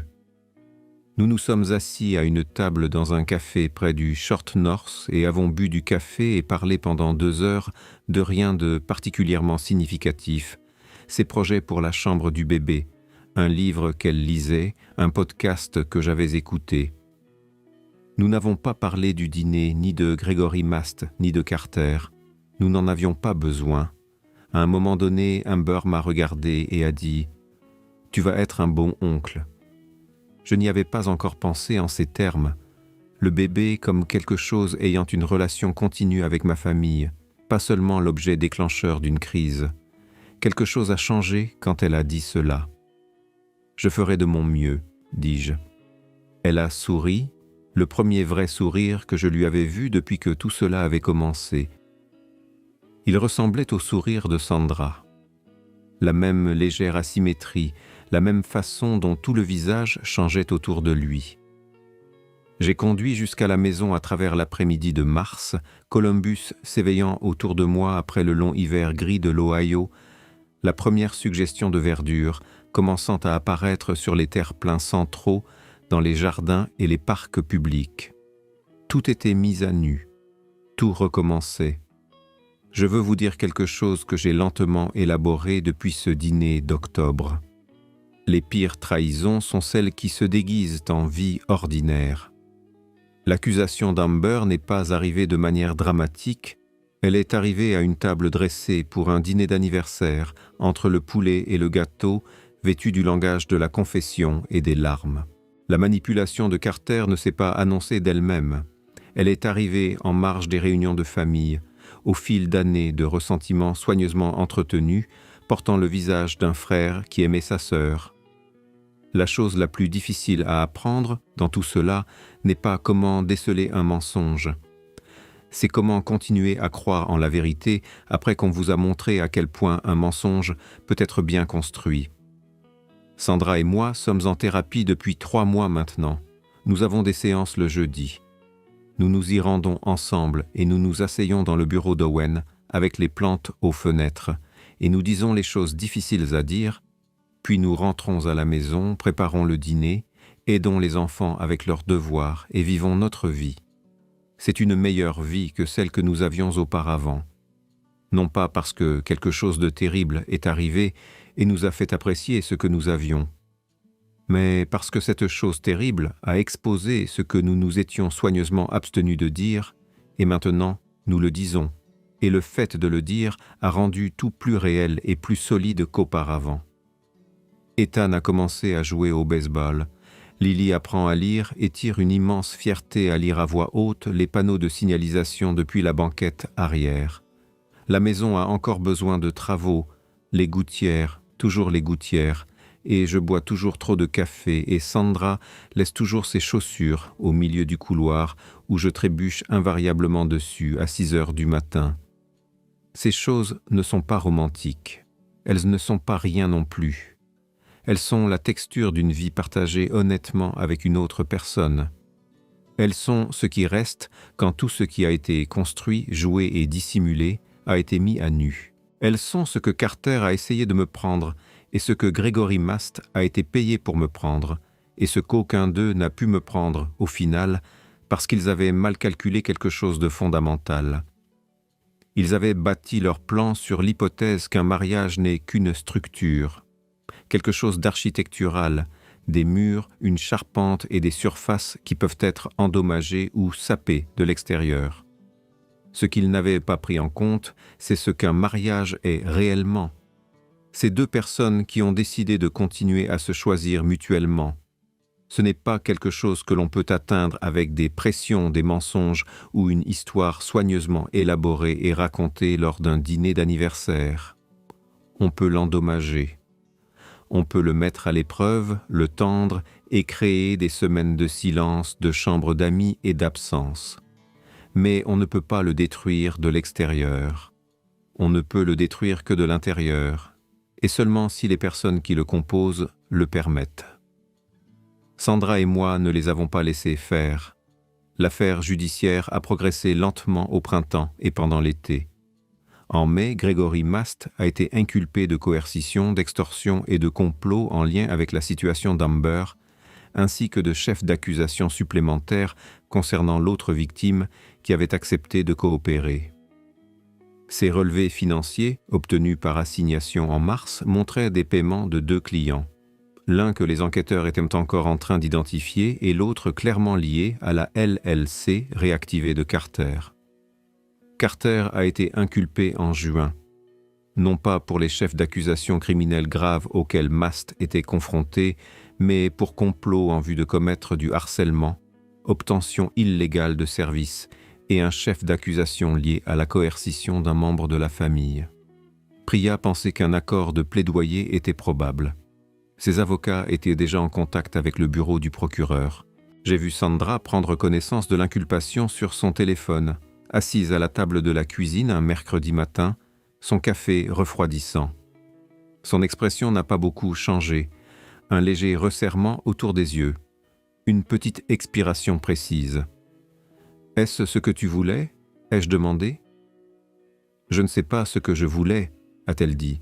« Je voulais retrouver mon frère, celui que je croyais avoir. » Elle a posé son téléphone. Mais cette personne n'existait pas. Alors, elle a repris son café. C'est ce qu'il y a. La fille d'Amber est née en juin. Mia, 5 livres, 9 onces, nommée d'après la grand-mère d'Amber. Sandra était dans la salle d'accouchement. Ruth était dans la salle d'attente. J'ai emmené Ethan et Lily au zoo pour laisser de l'espace à tout le monde et j'ai reçu une photo à 15 heures du nouveau-né, le plus ridé et le plus outré que j'ai jamais vu, ce qu'Ethan a trouvé hilarant et Lily profondément émouvant. J'ai envoyé un message à Amber, elle est parfaite. Amber a renvoyé un seul mot, enfin. J'ai ri pour la première fois depuis longtemps, un vrai rire, le genre qui vous prend au dépourvu et ne s'excuse pas d'exister. 21e partie, ce que j'ai appris. On dit que la trahison apprend à moins faire confiance. D'après mon expérience, ce n'est que partiellement vrai.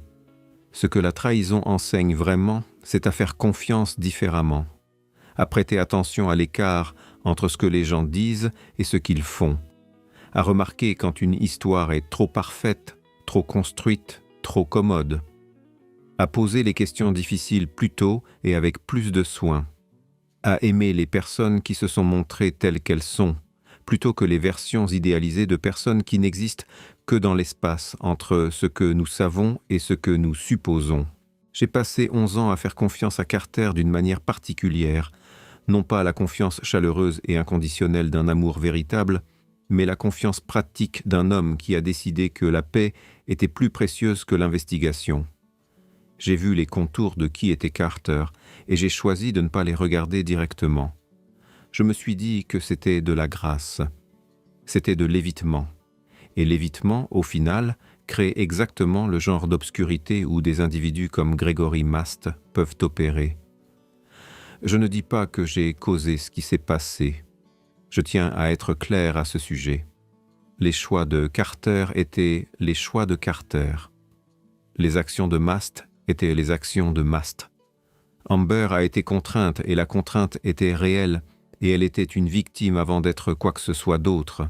Rien de tout cela ne me retombe dessus, mais je dois être honnête concernant ces années d'ignorance stratégique. Ce fait de ne pas regarder attentivement. Les décisions d'absorber et de passer à autre chose plutôt que de nommer et d'affronter. Il existe une version de cette histoire où j'affronte Carter à propos du sabotage du contrat il y a 18 mois, où j'assois Sandra et lui dis « Je dois te dire quelque chose à propos de ton frère qui va être difficile à entendre.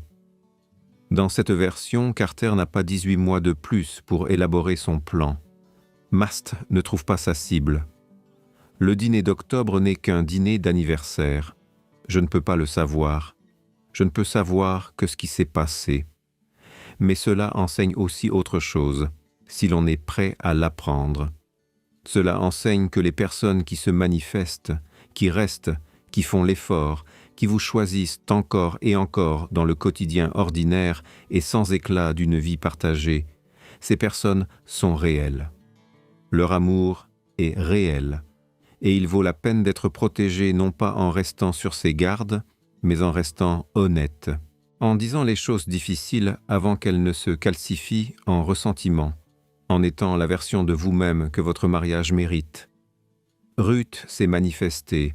Elle a conduit 45 minutes avec un gâteau au citron, m'a tapoté la joue à la porte et, quand Sandra était partie, que la maison était vide et qu'elle aurait pu n'être que la mère de sa fille et rien de plus, elle m'a dit que Sandra m'aimait.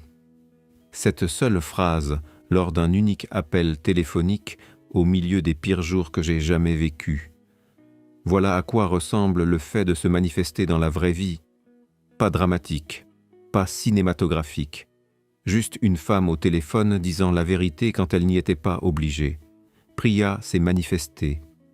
Une avocate que je n'avais jamais rencontrée auparavant, qui a écouté mon histoire impossible, a posé les bonnes questions et a dit calmement et sans drame « Voici ce que nous allons faire ensuite ». Une grâce méthodique face au feu d'autrui. Marcus s'est manifesté. Il me devait quelque chose, oui. Mais il y a devoir et il y a faire. Et Marcus a fait sans se plaindre, sans poser de questions et sans que cela ne tourne autour de lui. Et Sandra. Sandra, qui avait toutes les raisons de rester éloignée plus longtemps, à qui on avait raconté une histoire construite spécifiquement pour exploiter ses doutes, qui avait connu un véritable malheur et avait la voix de son frère à l'oreille, lui disant que c'était ma faute. Sandra m'a rappelé à 6 heures du matin 2 mots. « Appelle-moi ». Puis elle a écouté. Ce n'est pas une petite chose. C'est en fait tout. Sandra et moi sommes toujours en thérapie. Nous continuerons probablement encore un certain temps. Non pas parce que nous sommes en crise, la crise est passée, mais parce que nous avons trouvé quelque chose de précieux dans ce bureau du jeudi après-midi avec les plantes et les questions posées avec soin, et nous ne voyons aucune raison d'arrêter de l'utiliser. Amber élève Mia. Elle a un nouveau travail, un nouvel appartement, une nouvelle compréhension d'elle-même qu'elle articule encore lentement, honnêtement. Elle et Sandra se parlent tous les jours. Elles ont maintenant le genre de relation qu'elles auraient toujours dû avoir, construite sur une connaissance mutuelle réelle plutôt que sur la performance d'une affection fraternelle. Ruth vient dîner tous les dimanches. Elle tient Mia pendant le repas, parle à Ethan de baseball et glisse à Lily un deuxième dessert quand elle pense que je ne regarde pas. Je le remarque toujours. Je ne dis jamais rien. Ma belle-mère n'est pas une personne compliquée. Elle aime sa famille, elle fait du gâteau au citron et elle conduit 45 minutes pour le dîner du dimanche, les 2 mains sur le volant. J'en suis venu à l'apprécier plus que je ne saurais le dire. Carter a conclu un accord de plaidoyer en août. 6 mois de liberté surveillée, une amende et la reconnaissance formelle de son rôle dans ce que Mast avait fait à Amber. Sandra a reçu une copie de l'accord, elle l'a lu une fois, l'a plié et l'a rangé dans un tiroir. « Je n'ai pas besoin de le regarder à nouveau » m'a-t-elle dit.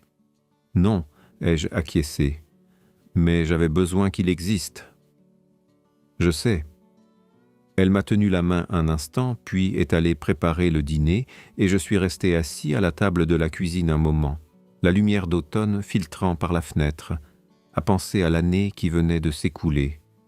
La table du dîner, la chambre d'amis, le vol pour Phoenix, le dossier de documents assemblés dans mon bureau à domicile aux petites heures du matin. Les choses que nous faisons par amour ne sont pas toujours romantiques.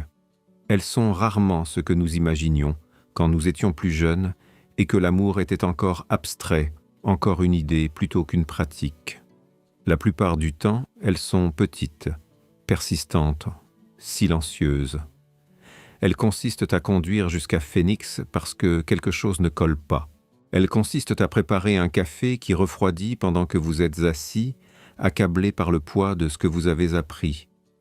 Elles sont des séances les jeudis après-midi, et des dîners du dimanche et des chaussures dans le couloir, et un enfant dans vos bras qui sent le sommeil, vous fait entièrement confiance et ne sait pas encore à quel point le monde est réellement compliqué.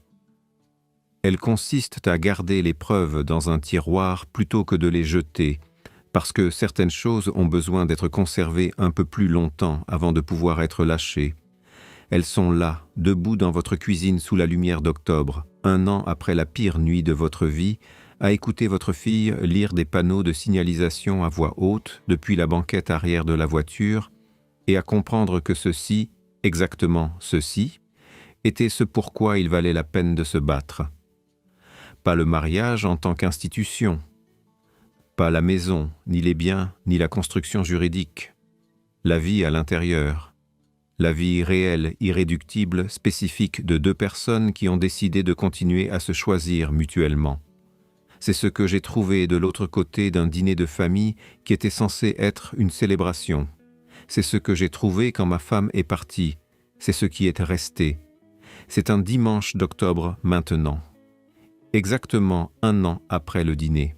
J'ai de nouveau mis la table aujourd'hui, la même nappe blanche, les mêmes bougies dans les mêmes chandeliers en argent, la même cuisine sentant le poulet rôti, les mêmes enfants aidant avec les serviettes et demandant quand tout le monde arrive.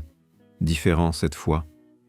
Ruth est arrivée tôt, portant le même gâteau au citron dans le même plat de transport, conduisant les mêmes 45 minutes les 2 mains sur le volant. Elle m'a serré dans ses bras à la porte, m'a tapoté la joue et a dit que la maison sentait merveilleusement bon. Amber est arrivée avec Mia, qui a maintenant 4 mois et possède les yeux de Sandra, ainsi qu'une dignité outragée qui, je pense, lui sera très utile dans la vie. Nous nous sommes assis pour manger. Les enfants n'étaient pas à l'étage avec des tablettes. Ils étaient à table, à la grande table familiale, bruyants et chaotiques, se passant les pommes de terre dans le mauvais sens et se disputant pour savoir qui allait tenir le bébé. Sandra m'a regardé à travers la table à un moment donné, au-delà des bougies, au-delà des enfants, au-delà du bruit ordinaire et spectaculaire d'une famille qui n'est pas parfaite, certes, mais qui est réelle, honnête et toujours là. Et elle m'a simplement regardé un instant sans rien dire. J'ai répondu à son regard. C'était suffisant. C'est toujours suffisant. Ce sera toujours suffisant. Si cette histoire vous a touché, si elle a résonné en vous ou vous a aidé à voir votre propre situation différemment, ou vous a rappelé ce qui mérite d'être protégé et comment le faire, j'aimerais le savoir. Dites-moi en commentaire d'où vous regardez et quelle partie de ceci vous a marqué. Et si vous traversez quelque chose de similaire en ce moment, un mariage sous tension, un secret de famille que vous ressentez sans pouvoir le nommer, une histoire qui ne tient pas tout à fait la route, permettez-moi de vous dire ceci. Posez la question, passez l'appel, prenez le vol. La vérité est presque toujours supportable. Ce sont les mensonges laissés trop longtemps dans l'ombre qui deviennent insupportables. N'oubliez pas d'aimer cette vidéo et de la partager avec quelqu'un qui a besoin de l'entendre. Abonnez-vous pour plus d'histoires qui interpellent, inspirent et vous rappellent ce qui compte vraiment. Merci d'être resté avec moi jusqu'à la fin. Votre temps est précieux.